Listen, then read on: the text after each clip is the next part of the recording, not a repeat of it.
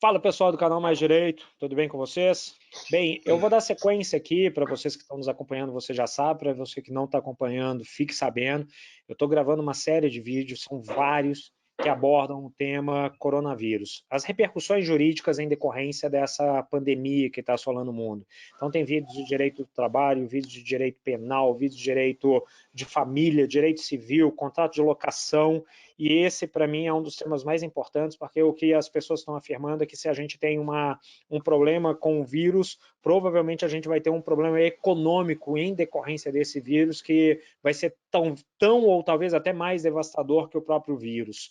E é por isso que eu trouxe três profissionais com os quais eu já tive o prazer de compartilhar sala de aula, de compartilhar escritório, de compartilhar trabalho, que é o Vitor Leônidas e Leonardo Santos.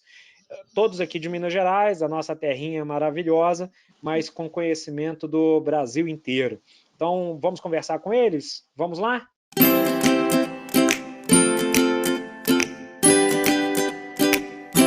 Léo, Leônidas, Vitor, muito obrigado mesmo por vocês estarem aqui comigo hoje, para poder conversar sobre um assunto de tanta importância quanto esse que se refere às empresas em crise. Na verdade, o que a gente vai ver aí para frente são muitas empresas em crise, são muitas atividades passando por dificuldades, e nada melhor do que eles saberem que eles possuem alguns caminhos nesse meio de crise que se encontra.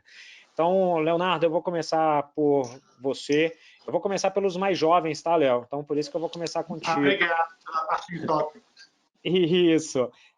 Léo, será que você poderia dar um cenário para quem está nos assistindo a respeito, assim, se é um empresário, a situação dele está crítica, há meios jurídicos para poder ajudá-lo a sair desse momento de crise? O Franco, tem vários meios jurídicos, sim. E a gente tem que lembrar que a solução jurídica ela é como se fosse um remédio para a área da medicina. A gente tem que dar o remédio certo para cada caso.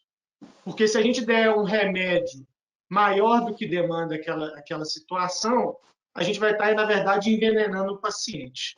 Então, a gente tem que primeiro conhecer a real situação, e muitas vezes o empresário nem gosta muito de mostrar a real situação, ou ele mesmo está iludido com a situação dele. Então, depois do diagnóstico da situação, aí sim que a gente apresenta soluções.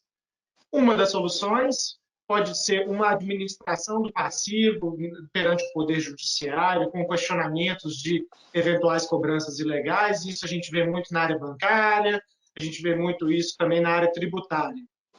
É possível também uma negociação com os credores, e aí ela pode adotar a forma de uma negociação simples, né, individual com cada um dos credores, ou ainda uma negociação coletiva que a gente acaba culminando, na verdade, com a recuperação extrajudicial ou com a recuperação judicial, que são soluções mais extremas, mas também muito mais regulamentadas pela lei e com jurisprudência e com entendimentos já se tornando um pouco mais pacificados. Por que se tornando um pouco mais pacificados?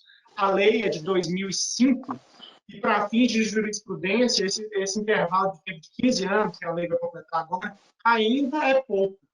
Então, alguns temas ainda são objeto de divergências, de discussões, e esses temas, ao longo do tempo, vão se clareando na jurisprudência. Hoje já tem coisas um pouco mais tranquilas que a gente pode ter segurança e saber exatamente qual o terreno que a gente vai pisar. Obrigado, Léo. Vitor, eu acho que tem algumas pessoas aí que já ouviram falar em concordata, até hoje ainda tem gente que fala em concordata, e tem gente que ainda fala em recuperação como se fosse uma solução mágica. Será que você pode explicar de uma forma simples o que é a recuperação judicial e o que é concordata, que não existe mais? Perfeitamente. A recuperação judicial nada mais é do que um procedimento judicial em que o devedor, quando enfrenta uma situação de crise, mas, por outro lado, essa situação ainda tem alguma viabilidade, ou seja, a atividade empresarial ela pode ser viável, então o devedor ele apresenta um plano para fazer o pagamento dos credores. Como o Leonardo muito bem pontuou aí, a gente está falando de uma solução que é uma solução extrema.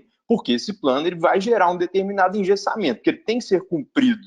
Inclusive, se ele for aprovado, né, que é o primeiro ponto, se ele for aprovado e depois for descumprido, por exemplo, é um ato de falência, então é um caso que vai levar a uma solução muito mais abrupta. Enfim, a recuperação judicial é uma solução que é regulamentada, mas ela tem que ser muito bem avaliada para ver se é de fato o melhor caminho. E só lembrando, Frank, que a concordata, ela de fato é um nome antigo, né, que é muito utilizado por uma geração antiga, justamente para se referir à falência ou então à recuperação, mas que não está mais em voga porque a lei foi substituída e ela hoje adota os critérios de recuperação judicial ou falência. Legal. Leônidas, o Vitor comentou aqui durante a fala dele a respeito da falência. Falência é aquele cenário pior. Você poderia explicar o que é a falência? Sim, eu achei muito interessante tanto o posicionamento do Vitor quanto do Leonardo, porque quando a gente fala em crise e vai logo ali na falência ou na recuperação judicial, eu acho que o principal que a gente deve fazer nesse momento é diagnosticar que tipo de crise é essa. Né? Se eu estou falando de uma crise econômica, se é uma crise financeira ou se é uma crise patrimonial.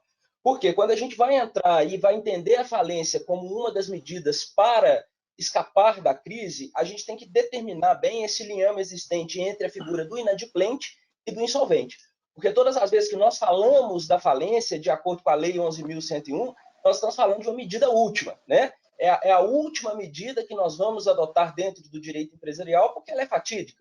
A falência ela vai acabar com a atividade empresária. Então, a gente sabe que ela pode ser requerida tanto pelo próprio devedor, quando ele assume que ele não mais tem aquele fôlego empresarial para continuar as suas atividades por conta dessa crise, seja econômica, seja financeira, ou seja patrimonial, ou ela também pode ser requerida pelo próprio credor. E assim como o Vitor disse, né? Então ela vai passar pelo crivo também do Poder Judiciário. Eu não entenderia a falência nesse momento, no contexto que a gente está estudando, talvez como uma solução, porque ela bota fim, né, à atividade empresária. Talvez a recuperação judicial, por mais delicada que seja, por mais que requeira muito mais atenção de um processo para a superação de crise, eu acho que ela seria mais indicada. Eu tenho sido muito questionado aqui a respeito, até essa semana mesmo eu recebi um contato, eu cheguei até a comentar isso com o Léo, de uma pessoa que veio me procurar. Eu quero a falência do meu negócio.